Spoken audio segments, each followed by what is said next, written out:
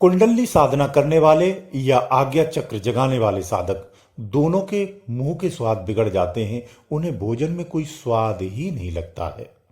भोजन में नमक कम है या ज्यादा है, उन्हें कोई फर्क नहीं पड़ता है। कितना भी रुचिकर उनका भोजन बना दो, उन्हें भोजन सब समान से ही लगते हैं। उन्हें न तो स्वाद से मतलब है, न रसेले से मतलब है, नमकीन है कि खट्टा है कि मीठा है, उन्हें उस स्वाद में कोई आस्था नहीं होती है। उन्हें स्वाद ही नहीं मिलता है। ऐसी स्थिति साधक की आती है। यह स्थिति बहुत अच्छी और उत्तम स्थिति है। ये कोई रोग या परेशानी या पीड़ा नहीं है। ध्यान रखना, आंतरिक परिवर्तन है आपके ध्यान से ही होते हैं। अंदर की सूक्ष्म ऊर्जा के एक्टिव होने पर ये परिवर्तन आते हैं। जो ऊर्जा जिस स्थान पर अधिक एक्टिव होती है, उसी स्थान को अधिक प्रभावित करती है। इसलिए कंठ चक्र जब एक्टिव होता है तो कंठ चक्र से संबंधित चीजें प्रभावित होती हैं। उसी के ही भाग में ये जिह्वा का भी हिस्सा आता है, जिस कारण से स्वाद खराब होता है। अब दूसरे प्रश्न पर आते हैं। अपने आप ध्यान लग जाना। देखो, जो लोग नाद साधना करते हैं या अनहद की साधना करते हैं या जो कुंडलनी शक्ति की करते हैं या कोई मंत्र जाप करते हैं, मंत्र जाप वालों को बहुत तेजी से होता है, ध्यान रखना। और कुंडलनी शक्ति वालों को भी होता है। जो कुंडलनी जागृत करने का अभ्यास करते हैं, उन अभ्यासियों के साथ भी ये तेजी से होता है। यानी उनका ध्यान अपने आप लगने लगता है, या वो जप कर रहे तो अंदर में अपने आप तेजी से जप चलने लगता है। उनके साथ अंदर में भी कोई दूसरा बोलते हुए भी महसूस होता है कि हम जो जाप कर रहे हैं, अंदर में कोई दूसरा भी बैठा जाप कर रहा है, उसकी भी आवाज सुनाई देती है। ये बहुत गुप्त और गूढ़ रहस्य हैं। पहले तो खुशी की बात यह है कि इस तरह के जिन साधकों को अनुभव होते हैं, उन्हें मेरा साधुवाद है, क्योंकि ये साबित होता है कि आपने एक कड़ी मेहनत की है, तब जाकर के आप इस स्थिति में पहुंचे हैं। ये साधना इतनी आसान नहीं होती है, बहुत मुश्किल से भजन होता है। इस संसार में सबसे कठिन कार्य भजन करना ही है। इसलिए ऐसे साधकों को मेरा पुनः साधुवाद है। अब इसे समझिए, अंदर में तुम्हारी ही ये शक्ति है जो एक्टिव होती है। इसे हम दूसरे रूप में कह सकते हैं, जो आपका विवेक है या तुम्हारा ही असिस्टेंट है, वास्तव में वो तुम ही हो, तुम्हारी ही शक्ति है। वो जागृत हो जाती है, ऊर्जावान हो जाती है। आपके भजन से जो सोई हुई थी वो जाग जाती है, और आपका जो प्रयास था उसी प्रयास में वो लग जाती है और वही कार्य वो करने लगती है। इसीलिए श्रेष्ठ संत अपनी भाषा में थोड़ा सा टिपिकली बोलते हैं, संकेतिक बोलते हैं कि भजन अंदर में हो रहा है, करने की आवश्यकता नहीं होती है। इसी को वो संकेतिक कहते हैं। वो तुम्हारी ही शक्ति है जो जागृत होने पर उसका जाप करने लगती है। उसके अंदर में नित्य जाप संचार रूप में चलता रहता है, एक धुन के रूप में चलता रहता है, लगातार चलता रहता है। वो एक स्थिति होती है, उसे प्राप्त कर जाता है, तब जाकर के ये आवास होने लगता है। ध्यान रखना, ये सब सूक्ष्म शरीर में होता है, स्थूल में नहीं होता है, ये याद रखना। वो शक्ति एक्टिव होने पर वही सब करने लगती है जो आप अभी तक अभ्यास कर रहे थे, जो क्रियाएं आप अभी तक कर रहे थे, वही सब वो स्वतः से ही करने लगती है। इसीलिए आपका ध्यान अपने आप लगने लगता है। दूसरा यहां एक कारण और होता है, उसे पहचान कर लेना। वैसे मैंने इसके ऊपर वीडियो बनाया है। एक नेगेटिव एनर्जी भी ऐसी ही नकल करने लगती है। लेकिन यहां नेगेटिव एनर्जी है कि नहीं है, तो इसके लिए एक वीडियो बना हुआ है। उसका शायद नाम है कि भजन अपने आप क्यों होता है। उसे जरूर देखना। अब तीसरे प्रश्न पर आ जाते हैं।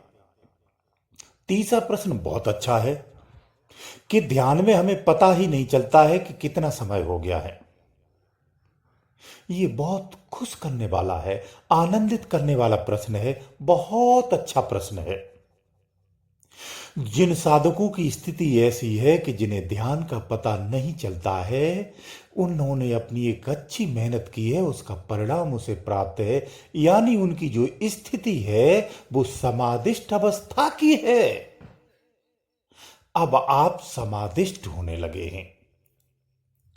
यानी ऐसे साधकों की स्थिति तीसरे शरीर यानी कारण शरीर में स्थापित होने लगी है।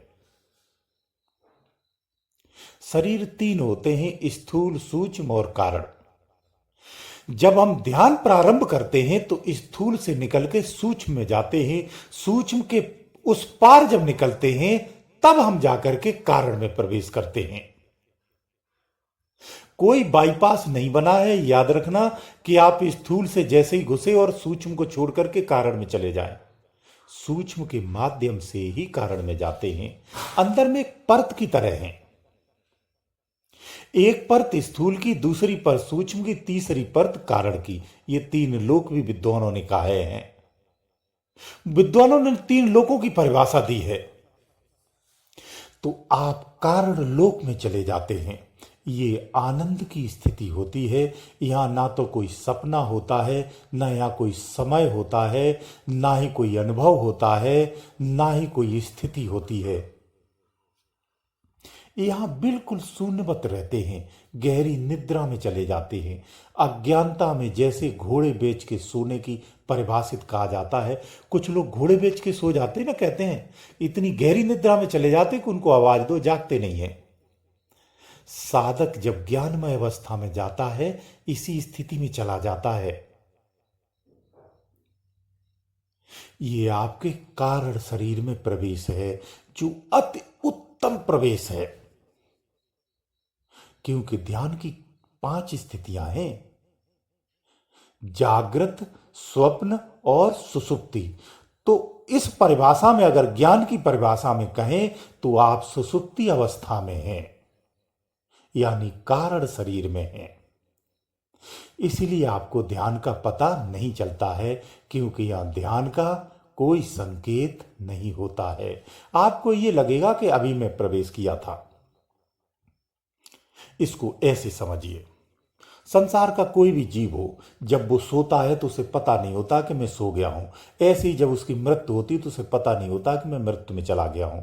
सो जाना और मृत्यु सेम एक जैसी ही होती है। ऐसे ही जब वो पैदा होता है तो उसे पता नहीं होता कि मैं पैदा हो गया हूं। ये वही अवस्था है। कारण शरीर में ही स्थापित करके जन्म होता है और फिर वो विस्तार करके जागृत अवस्था में आ जाता है। इसीलिए जन्म के समय बच्चा रोता है। तो ये स्थिति आपकी समाधिष्ट अवस्था की स्थिति है, जो बहुत उत्तम और श्रेष्ठ अवस्था है।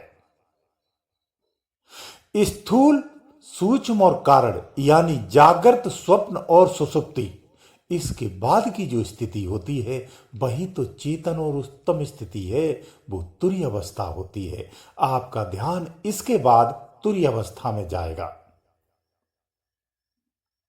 तो आपको संतुष्ट होना चाहिए। अगर आपका ध्यान इसी अवस्था में है कि आपको समय का पता नहीं लगता है तो बहुत अच्छा है, रोज इसी में जाइए, रोज इसी में जाइए और ऐसा अभ्यास नित करिए। ये श्रेष्ठतम स्थिति है। यहां आप कर्म बंधनों से, माया की पकड़ से और काल निरंजन की उसी छाया में, उसी के नीचे उसकी दृष्टि से भिन्न होते हैं। एक ऐसा स्थान है, वहीं पर आप पहुंच रहे हैं जहां कोई विघ्न, कोई बाधा, कोई चिंता, कोई संकट, कोई विषय, कोई वस्तु, कोई समय, कोई आहट कुछ भी नहीं होती है। कोई हलचल, कोई क्रिया, कोई प्रतिक्रिया कुछ नहीं होती है। जहां ज्ञान का भी आभास नहीं होता है। इसे शून्य अवस्था कहते हैं। लेकिन ये शरीर के अंदर की शून्य अवस्था है, वो चेतन शून्य अवस्था नहीं है। ये उसी की ही नकल है। दूसरी शून्य अवस्था इसके बाद मिलती है। उम्मीद है आपको ये समझ में आ गया होगा।